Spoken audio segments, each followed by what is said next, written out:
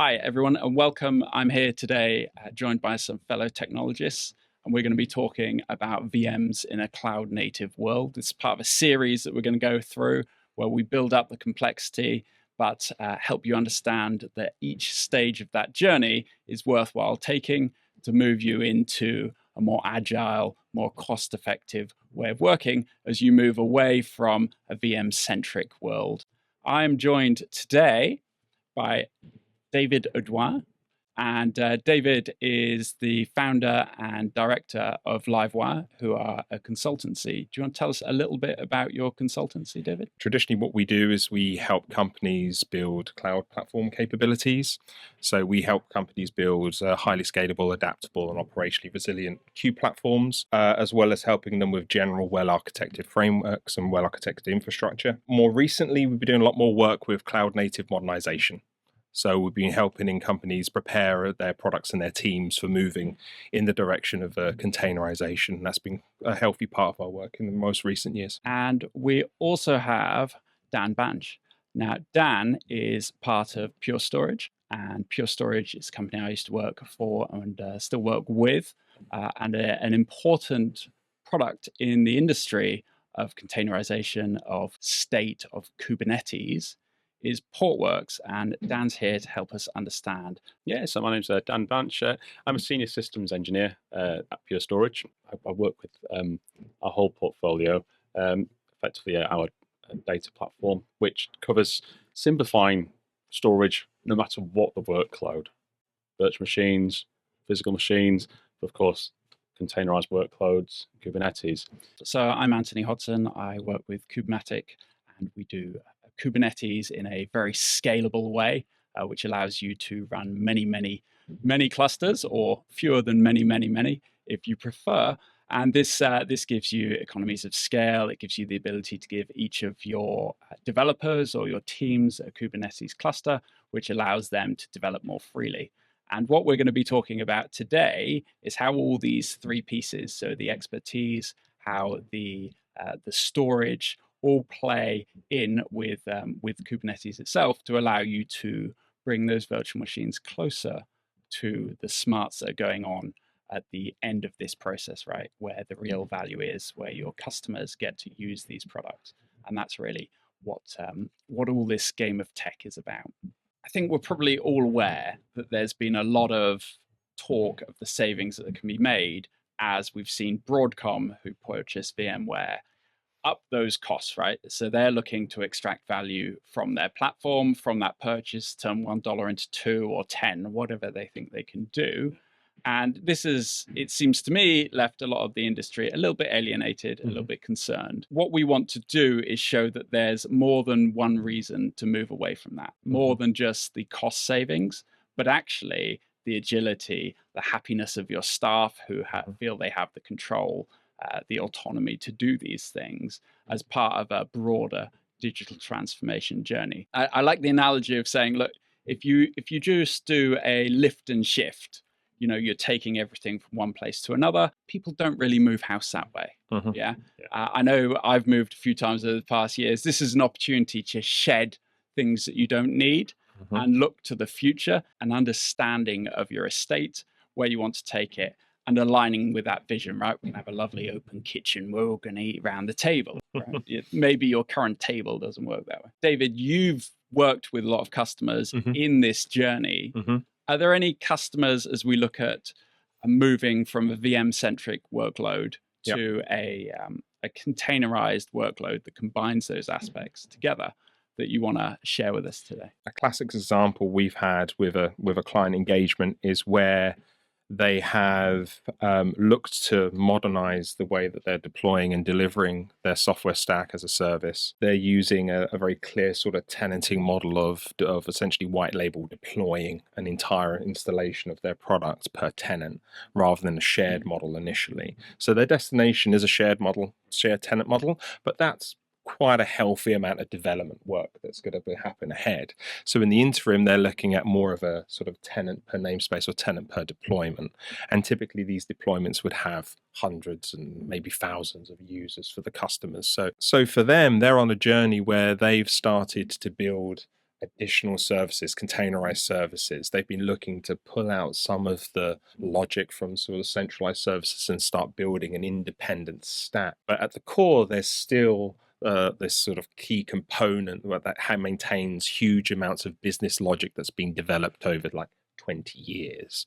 So very difficult to split that out. But they've been able to go on that journey and containerize that part of the component. Where things start to fall down slightly for them within this strategy is that they have a huge long tail of add-ons, of additions, of other components that they sell and they add on. Now, for a lot of those, their deployments are relatively rare. Some of them may not have huge deployment, they're not standard deployment components, but they are critical components for critical tenants or for critical customers. And so for them, the investment of actually containerizing all of these components is a huge upfront investment for them for what could be seen as relatively little concern. In addition to that, they have a number of core components which are slightly more, let's say, traditional legacy, where it's less about the want to containerize them, but there is a huge engineering effort in being able to re-engineer and, more importantly, revalidate some of these workloads outside of their standard VM environments. And so for them, they find themselves in a position where they have a very agile sort of containerized deployment, but alongside that, they have what we call like an anchored workload based in the VM space. And that anchored workload still runs within the cloud or runs within a private data center, but it runs within VMs. And so there's all of the complications of having to have the additional networking considerations, the additional security considerations, the additional operational considerations, quite a lot of duplication of effort and time to maintain those. And so for them, it was talking to them about, okay, again, we've already identified some of these components. There's huge engineering effort that's going to take to actually move them over, but trying to provide them stepping stones and options to slowly and logically move things over so it's not an all or nothing approach. So in addition to them building containerized version of services, giving them other options outside of simply rebuilding them as container services, and give them other options to be able to move things into that cloud native space. What we're proposing here isn't so much that the stack is changing, but the pieces of the stack are playing different parts. Exactly. Because a general containerized workload will have aspects that are outside of the Kubernetes estate.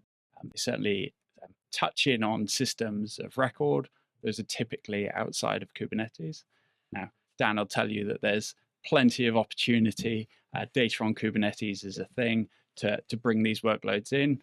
And having worked at Portworx myself, major banks are running major stateful apps in Kubernetes. So I don't want anyone to leave thinking that that's not a way you can go forward. Absolutely. But typically, there's a mixing.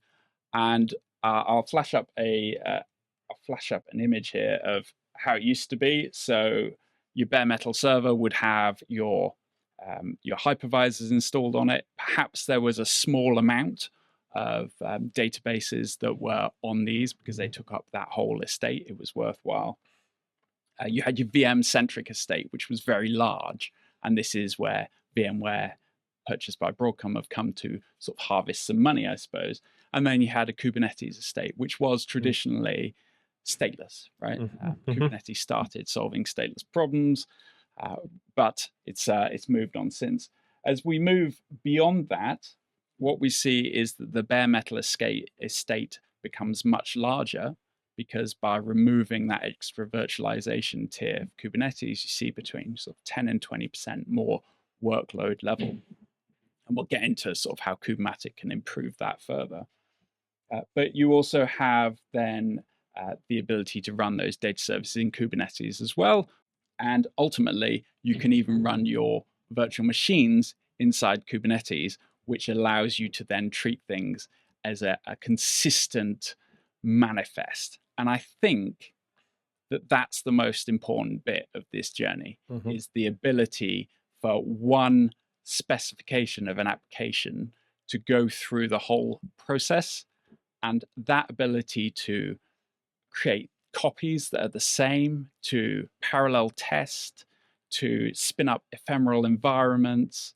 All of those aspects that come with agility from recreatability are playing into why this is a good idea, and not just, oh, because we can save some money. As we move into the activity of moving an application that's VM-centric into one that's more container-centric, and that might include putting some of those VMs into containers, so the proximity is there. How do we decide where to start? Because we're not going to switch something on and get this done all at once. We have to take apps through this, take workloads through this process. How would we decide where to start? So really, we need to start with the data. Where the data is, the value of the data, the criticality of the data, that's going to inform the choices you make around whether you stay with VMs and virtualized workloads, or whether you containerize, and where that compute layer actually goes. Let the data inform that. You need to move the data. You need to get the data in the right place as well. It might need to be in a private cloud, it might be in a public cloud. It could be a hybrid of the two. Just following up on that point, from an operational point of view, one of the first things we would look at is something as simple as the data type or the access type. So is this data that's read-only, or is this data that's read-write? So what we found, again, traditionally with these engagements has been some customers want to still maintain centralized VMs for certain services if you're simply read-only. If they're just providing a read-only service, it's much more easier for them to just provide that as an API that then can be accessed from all these different ephemeral deployments. But if you're doing destructive testing, destructive interactions, you're writing data, then you want to bring that into the context of what the developer is doing or the context of the interaction. And so moving that VM, and like you said, moving that data into the context of what that developer is doing at that time, and again, from a destructive point of view, is important.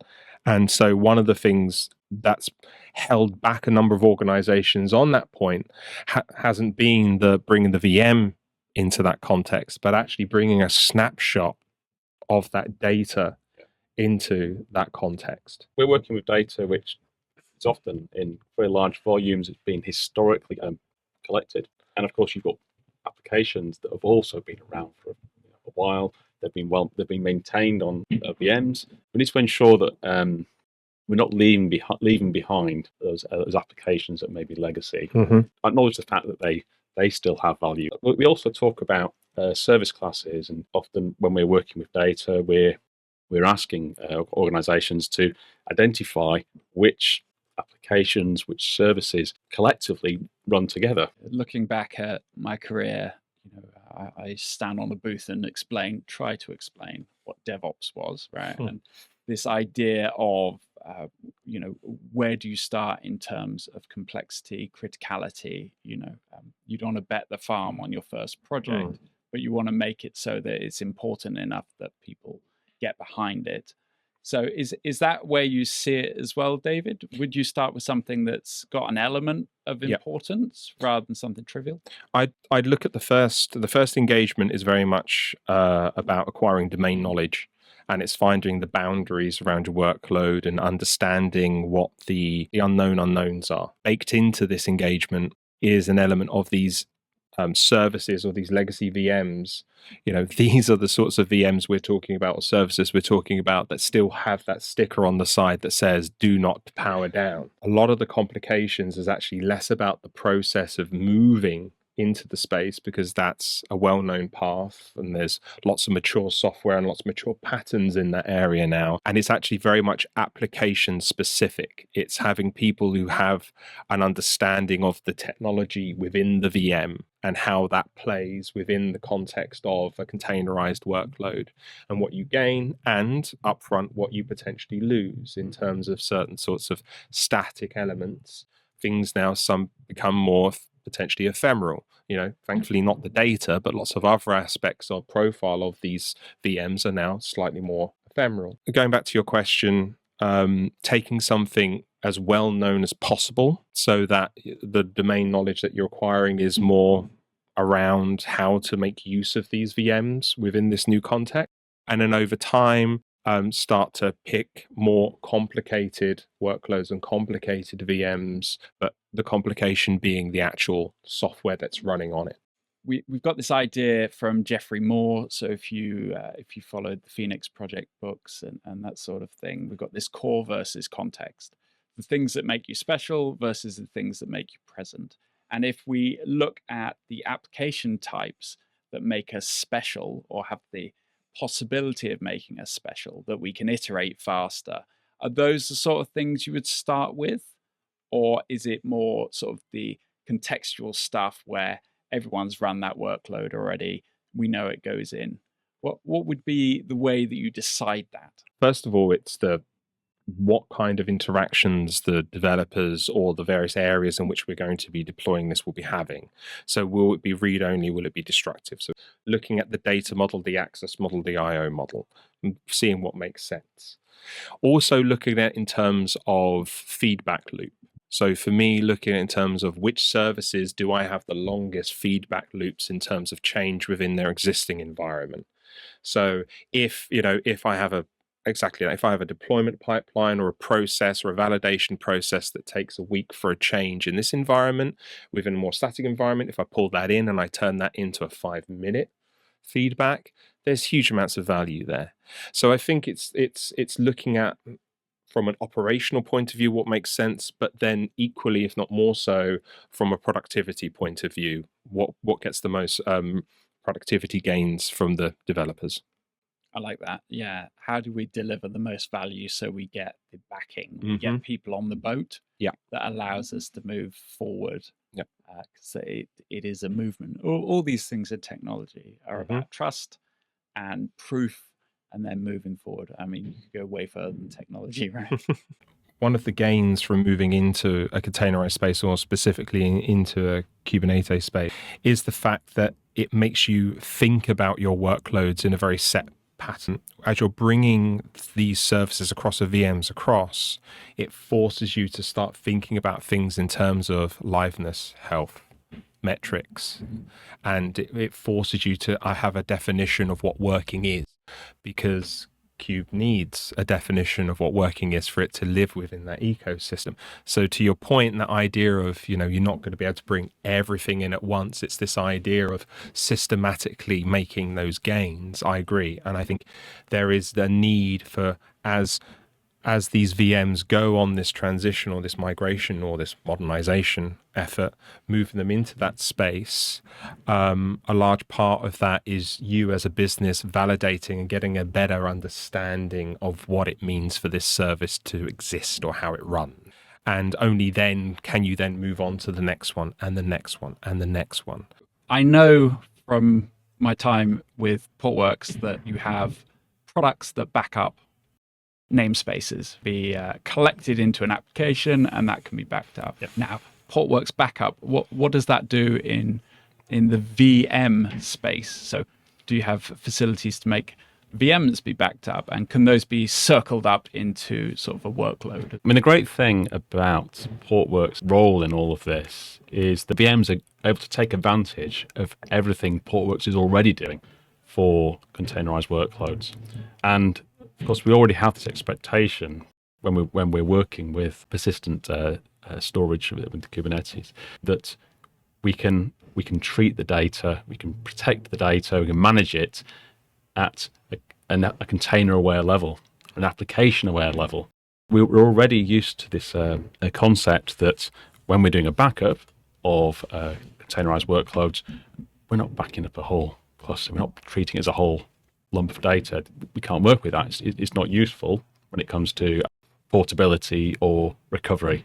For it to be useful, it has to be granular and container aware. If we're running VMs as processes within containers, they benefit from that granularity as well. And so Portworx backup, it's giving us that granularity so we can protect VMs on a per machine basis. We can protect applications individually, and so we can treat services that are a combination of containers and VMs and treat them at similar level of service class. If you consider the fact that VM administrators, whether they're running on VMware or other hypervisors, they've come to expect a level of service, a level of data protection, enterprise level data management for those applications that are running on VMs. For those to be seriously considered, we need to have the same level of control. So so absolutely, Portworx backup allows us to do that.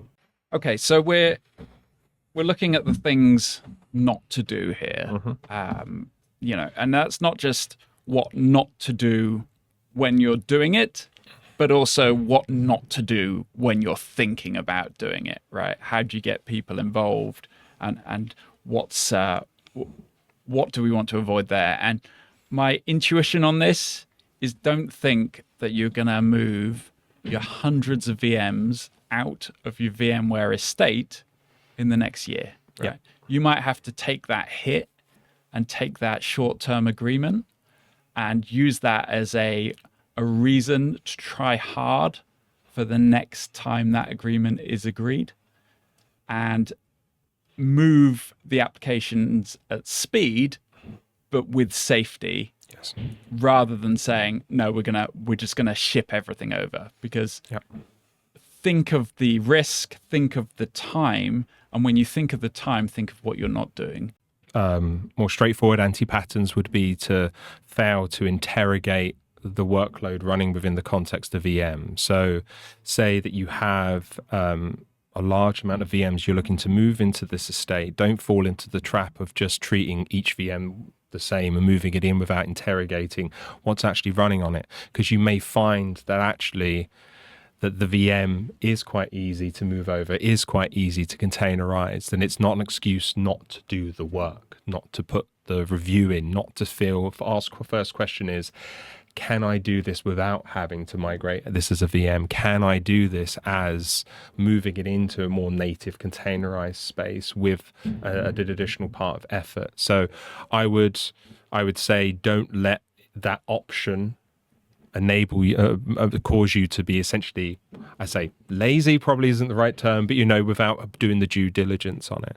And the second, on a more straight technical point, if your VM is the size of the actual underlying instance or hardware that you're running, and you're essentially just running one VM on an instance, you might not want to do that in the context of moving it over to Cube.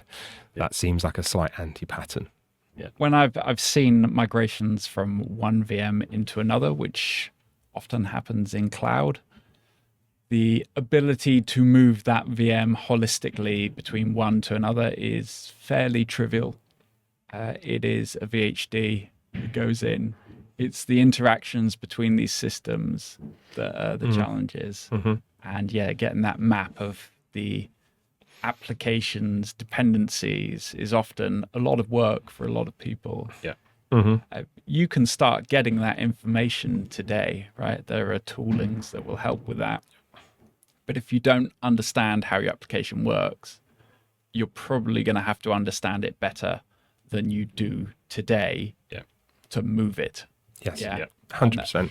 Yeah, it's a great opportunity to do some really thorough housekeeping. When it starts off with a discovery, I think it's a similar scenario to when an organization has an ambition to put everything in the public cloud. Actually, what actually happens is that before they even get to that point, they've got to find out what they've got. They've got to work. They've got to find out where the interdependencies are, and it's a similar kind of a scenario. Whether you're going to containerize things or just put them in the cloud as VMs, native VMs, there's a cost to just lifting and shifting. Even if it's technically quite easy, there's usually a cost involved, especially if it's going to public cloud. But I think there are potentially some tools or facilities that might make it easier, might swallow up some of those costs. I mean, it could be that by sharing the same platform between containers and virtual machines, actually, you've got more control as to how those costs could be absorbed. And it may allow you to accelerate bringing VMs onto the same platform, because actually it isn't such a burden. It's probably easier to do or less costly than the prospects of putting it in somewhere like a public cloud where you've got immediate costs. But being wasteful and lazy in your due diligence and discovery process actually has quite a big cost. I mean, we do come across organizations who've been a bit too hasty, because it seemed like an easy thing to do. So the way I would look at this is like, when I think about what I do for a living, I think about it in terms of I draw a lot of boxes for a living. I stand in front of a whiteboard and I draw a lot of boxes and explain what those boxes are. And when it comes to the VMs, those boxes are usually quite big, and then there's lots of smaller boxes inside. What we're doing with this operation is the same sort of thing, is that we're changing the nature of the box. Instead of talking about things in terms of, here's this VM, here is this box, it provides you this sort of capability, we start talking about it in terms of, these are the processes that are running on the box. These are the software that's running on that box within that VM. And then we start to tackle it from that perspective.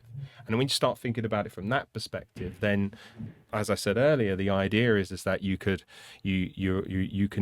maybe be able to containerize more easily before you knew it. But also you start looking at it in terms of what you were saying, HA availability. Why were we running 3 of these VMs? Why were we running this much kit to begin with? We were running this much kit because we had these operational objectives. And these operational objectives were based upon us having 3 VMs because we had this recovery time, this failover time, this reaction time within our environment. Whereas once you start moving that into a containerized space or a Kubernetes space, those objectives change, those reaction times change. And so there's been many instances where we've seen, actually, I'm running 3 VMs, or I'm running this for this failover time, and I've got like pacemaker, and I've got ARP, and I've got IP addresses failing over. And so actually my service is typically down for 10 seconds while this is happening, 5-10 seconds. And then you explain, well, in the container space, if it goes down, it'll be rescheduled with the right parameters and the right configuration. We can hit and go way beyond that in terms of a recovery time. So you just have to run one. And so now you're getting those hardware savings, you're getting better recovery objectives, but more importantly, you're doing it in a unified way. You're doing it in a way that's standardized across not just your VM workloads, or you're getting it within your all process workloads. I really like the unified aspect of this. So going back to a diagram I flashed up earlier, all of the teams who operate today have different contexts, and their platforms have different abilities. And if you look at, I guess, sort of ruining it, I suppose, Conway's law is that you have to be able to communicate with people to change things. Yeah. If people have completely different context Yeah. and they're not even talking the same language, it's hard to operate in the same way. So in moving them into this, and whether they use Portworx to back up their applications, whether you're using Kubernetes Cloud Stack to run the virtualization, whether you're bringing experts in like LiveWire to help you understand that piece, all of those allow your teams to work within a similar context, and then to rely on those platforms to provide those pieces. I think what you've said there, David, about removing the complexity of having a cluster of databases when you could rely on the platform to bring up a replacement within seconds, it's really powerful, because all of those little 1% pieces that you get to make life easier add up, especially when they're consolidated and built on each other over the years. And I think really that tells us why Kubernetes has been such a prevalent game changer. And that's without even talking about the portability piece, because you'll be in a situation in future where you can just move. Yeah. And today you're in a situation where you're tightly coupled to a provider. Now, it's not a cloud provider in this instance, it's a software provider. But if you choose open source, if you choose open core, then you have that ability to have a discussion with these partners from a position of strength. And you might actually find that if you have a plan, that you can get some of that strength in that discussion, right? And I think that's what we all want, is just options. Really delighted to hear everyone's understanding of the state of things. This is part of a series of 3 sessions. So we've really introduced the topic today. and got into a little bit of how we think about it, how we might start to go about it. In the next one, we're going to drop down a level into some of the more hands-on practices. In this, some of the more detailed tooling to help the people who are making these decisions decide if this is the route for them. Ultimately, this will be culminating in an event that's both online and in person in mid-July 2025. But we're very open to feedback. We're very open to any questions, and we look forward to continuing this journey with you as well. Thanks.